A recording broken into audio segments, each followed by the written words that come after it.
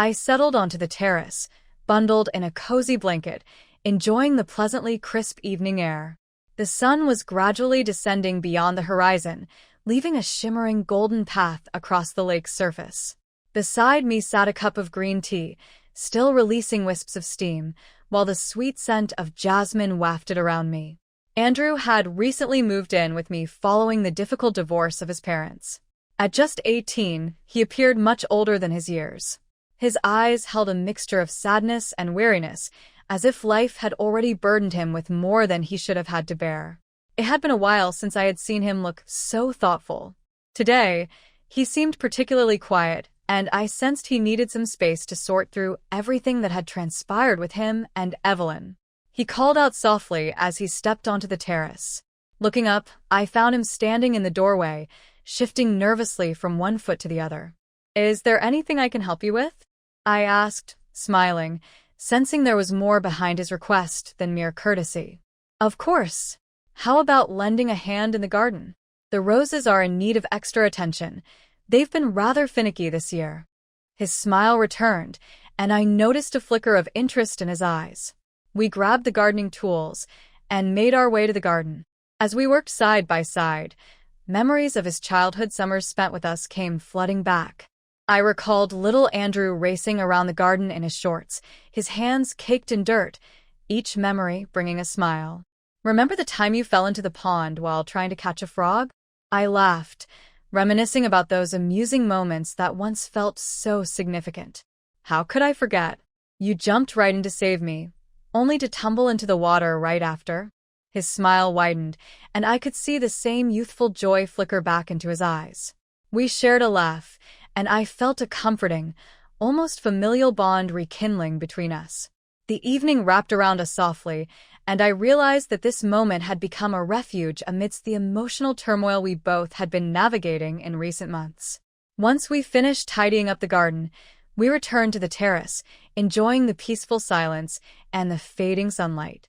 Just as I thought the day was winding down, I caught Andrew watching me intently. There was something new and unexplainable in his gaze, as if he was trying to grasp something significant.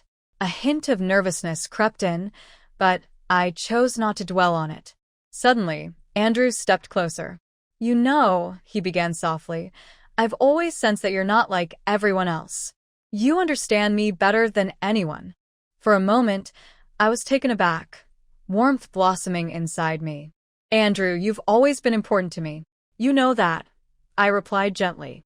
His gaze remained locked onto mine. I could see the depth of his feelings growing, as if he had made an internal choice. But instead of continuing the conversation, he unexpectedly leaned in and brushed his lips against mine. It was quick and almost ethereal, yet my heart seemed to stop. I pulled back, feeling a rush of embarrassment and surprise, warmth flooding my cheeks. An awkward silence settled between us, but I hesitated to break the moment. "I'm sorry," he whispered, his voice thick with regret and confusion. I don't know why I did that." I closed my eyes and took a deep breath. "It's okay," I finally said, even as my thoughts swirled like autumn leaves caught in a breeze. "Let's just forget it happened, all right?" He nodded, yet his gaze remained observant, almost analytical. I attempted a smile, but inside, I felt something inexplicable beginning to creep into my heart. The next morning, I awoke early, hoping to distract myself from the events of the previous evening. In the kitchen, I heard the clatter of dishes and quickly realized that Andrew was already awake. I wanted to avoid running into him, needing time to gather my thoughts. However, hiding in a small house proved challenging. I summoned my courage and stepped into the kitchen, striving to appear calm. Andrew was by the stove frying eggs. He seemed focused, but I noticed him glance at me briefly. His expression mirrored a mix of anxiety and anticipation. "Good morning," he said cheerfully, as if trying to lighten the atmosphere. "Good morning," I replied, attempting to sound nonchalant. "Breakfast for both of us?" "Of course," he smiled, though a faint shadow lingered in his expression. As we ate in near silence, I felt the tension thickening between us. I understood that I couldn't simply brush aside what had happened, but I wasn't prepared to address it yet. Eventually, I decided we needed something to occupy our minds and ease the awkwardness. Andrew, I said, trying to inject confidence into my voice, could you help me with the old shed? There's something that needs fixing, and I can't handle it alone. Sure, why not? He replied, clearly relieved to have a distraction. We headed to the old shed, which housed garden tools and wooden crates. I flicked on the light, and the dim bulbs cast a soft yellow glow across the dusty room. As we sorted through the tools, moving boxes around and debating what to keep and what to toss, I felt the tension between us intensifying. His presence was almost overwhelming. I buried myself in a shelf, trying to concentrate on my task when I suddenly felt his gaze on me. You can't just pretend nothing happened, he said quietly, his voice a blend of embarrassment and determination. I froze, my heart racing. Andrew, I'm not sure we should be discussing this, I replied, striving for calm while a tempest raged inside me. He stepped closer, his voice growing more urgent. No, we have to. Something significant occurred, and you know it. I turned away, uncertain of how to respond. His words were direct, yet there was a depth to them that resonated with me. In that moment, I felt his hand brush against mine. I turned quickly to face him, meeting his gaze, which was deep and filled with emotions he couldn't conceal. Andrew, please don't, I whispered, but he closed the distance between us even more. I could feel his breath against my skin, and in that moment, everything around us faded away as if it were beyond his control. He kissed me once more, this time with an intensity that carried an urgent need for a response. I stood frozen for a moment, but then I stepped back, my head spinning. No, this is wrong, I said, pulling away but unable to tear my gaze from his eyes. I was at a loss for what to do next or how to react. Everything felt too confusing and risky. Andrew immediately retreated, his face flushed with embarrassment. I'm sorry, E. I just can't figure out what's happening. His voice shook, and I realized he was genuinely bewildered. I took a deep breath, searching for the right words. Andrew, we need to establish some boundaries. What's happening could hurt us both, I said softly, trying to soothe both him and myself.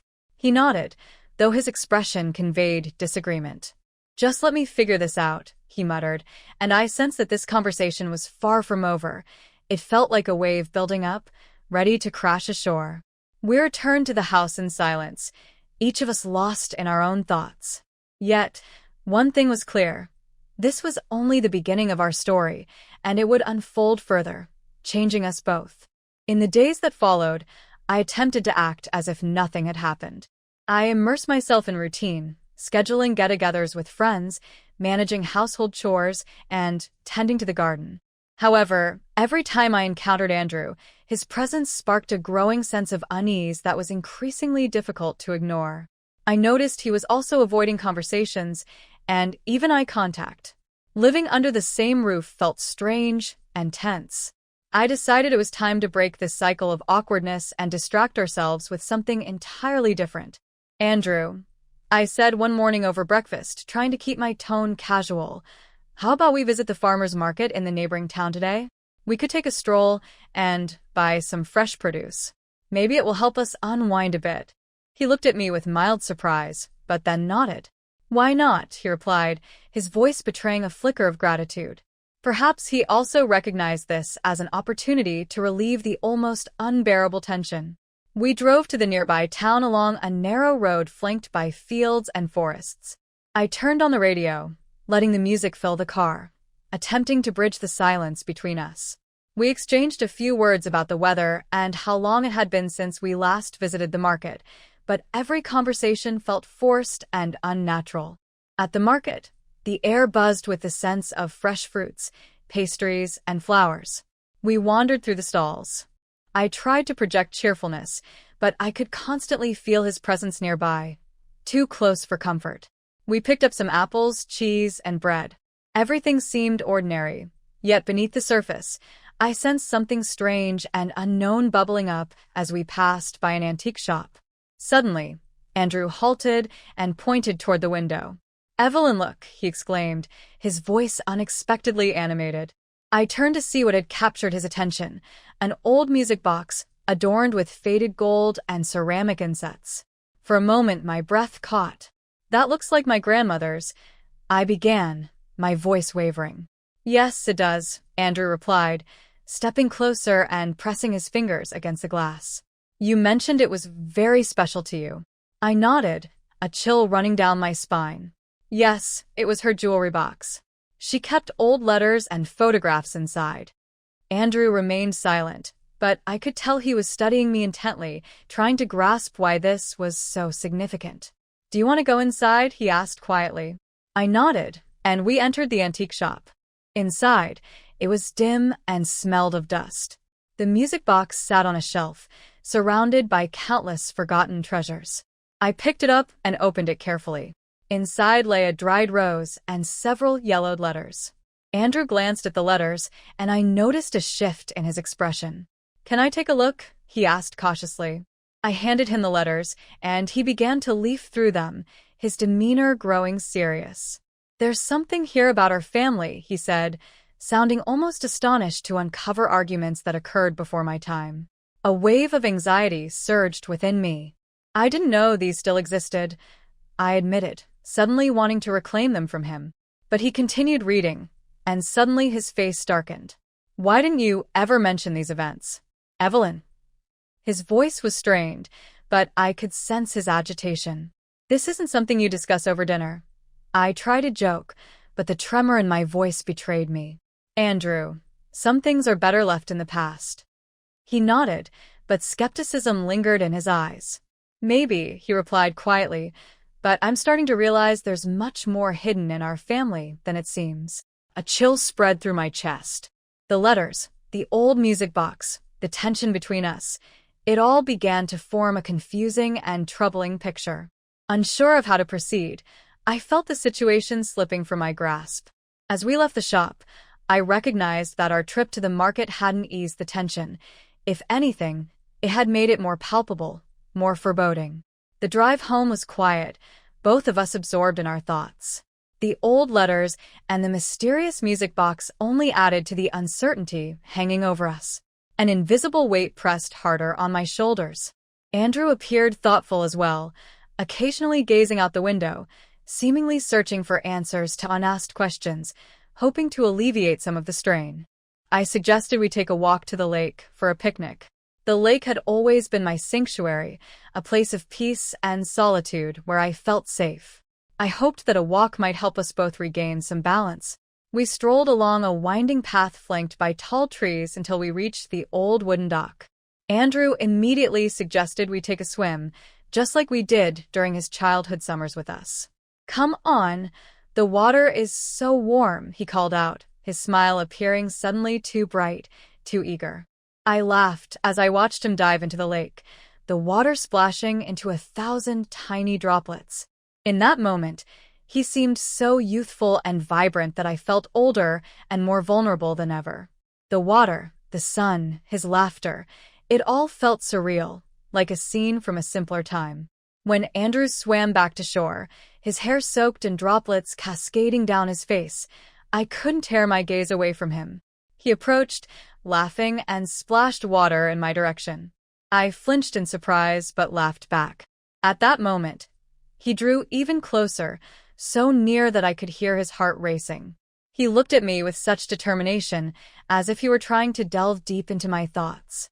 "You know, Evelyn," he began, his voice soft yet resolute, "you've always meant more to me than just an aunt." I can't hide it anymore. I froze, unsure of how to respond.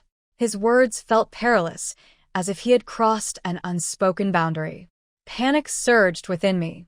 "Andrew, you don't understand what you're saying," I said, trying to maintain my composure. "No, I do," he replied firmly, stepping closer. "Maybe you're just afraid to admit it." Before I could respond, he leaned in and kissed me again. This kiss was different, spontaneous and filled with urgency, tightening something deep inside me. His lips were warm, infused with confusion and intensity, as if he were trying to convey all his unresolved feelings in this single moment. At first, I stood there, stunned, but then a strange warmth blossomed within me. It felt as though everything around us faded, leaving just the two of us on that old dock, surrounded by the lake's mirrored surface. For a brief second, I surrendered to the sensation, but then I pulled away abruptly, as if awakening from a vivid dream. "No, Andrew," I said, my voice trembling. This shouldn't have happened. We need to stop." His face contorted with pain for a moment, but then he became serious again. "Why?" he asked quietly. "Why are you so afraid of this?" I struggled to find an answer, a sense of helplessness washing over me. "Because it's wrong," I finally managed to say. "You're still young. You're just confused." He stepped back, his expression turning more grave. "Do you really think this is just confusion?" he said bitterly. "I feel like I've found something real here, something that can't simply be ignored." "Andrew, we need to go back home," I urged, trying to shift the focus. Sensing that this conversation was leading us into dangerous territory, I turned and walked away from the lake, attempting to hide the tremors in my hands. I heard him catching up to me, but I didn't look back. We walked in silence, and I sensed an invisible barrier settling between us, something more than just words or actions. It felt like a shadow I couldn't ignore, growing darker with each step, pushing us toward an unknown and frightening edge. When we returned home, the evening light streamed across the walls, painting them in warm shades of orange and pink. I felt drained, as if emerging from a long, heavy sleep that left an unsettling anxiety in its wake. Andrew went to his room while I remained in the kitchen, mindlessly sorting through the groceries we had purchased at the market. Inside me, a whirlwind of emotions continued to churn: guilt, fear, pain, and an unnamed feeling lurking beneath the surface. Suddenly, a sharp knock at the door broke the stillness. It was an unexpected sound, as if someone had urgent news to share. I flinched and went to answer it, unsure of what awaited me. Standing at the door was my mother, Ella. She looked anxious, worry etched across her face. "Mom?" "What's happened?" I asked, a growing sense of unease settling within me. Ella's gaze bore into me, as if she were examining every detail of my expression. "I need to talk to you," she said, stepping into the house as if she were in charge rather than a guest. "And with Andrew?" A wave of tension surged through me. "Why with Andrew?" I asked cautiously, shutting the door behind her. "Because I know something is going on between you two," she replied bluntly, her words hitting me like a punch to the gut. Panic washed over me. "What do you mean?" I tried to feign ignorance, but my voice betrayed me, trembling slightly. "Don't pretend, Devlin," she shot back. "I've seen the way you look at each other. You can't hide that expression on your face. Tell me the truth." Everything inside me flipped upside down. Mom had always had a knack for picking up on the tiniest details. "There's nothing between us, Mom," I said calmly, striving to keep my voice steady.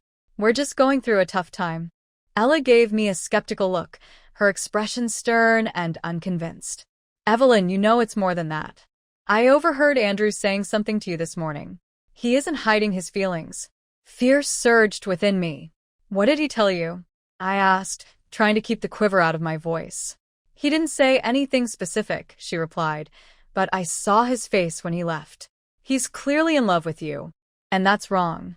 Evelyn, you have to stop this before everything spirals out of control." At that moment, Andrew appeared in the kitchen doorway. His expression was serious but calm.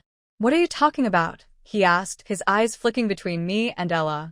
"That something is happening here that isn't right," Ella said sharply, turning to him. "You need to understand that this can't continue." Andrew tensed, and I saw the same fire in his eyes that I had noticed by the lake. "You don't understand," he said, his voice steady yet laced with irritation.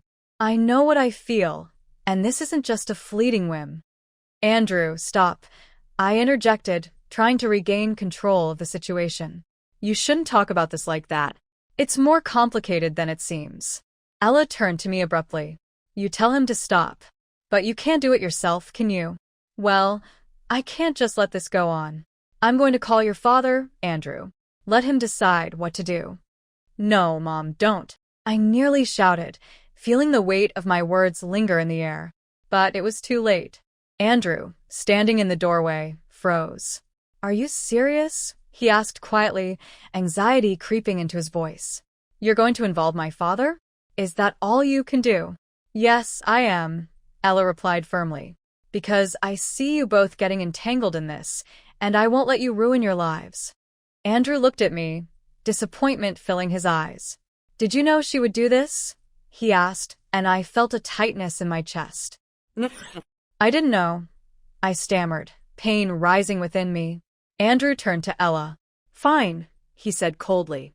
"If you think getting my father involved will fix everything, then go ahead. But I'm leaving. I won't stay here and listen to you dictate what's right for me." He turned and headed for the door, without looking back.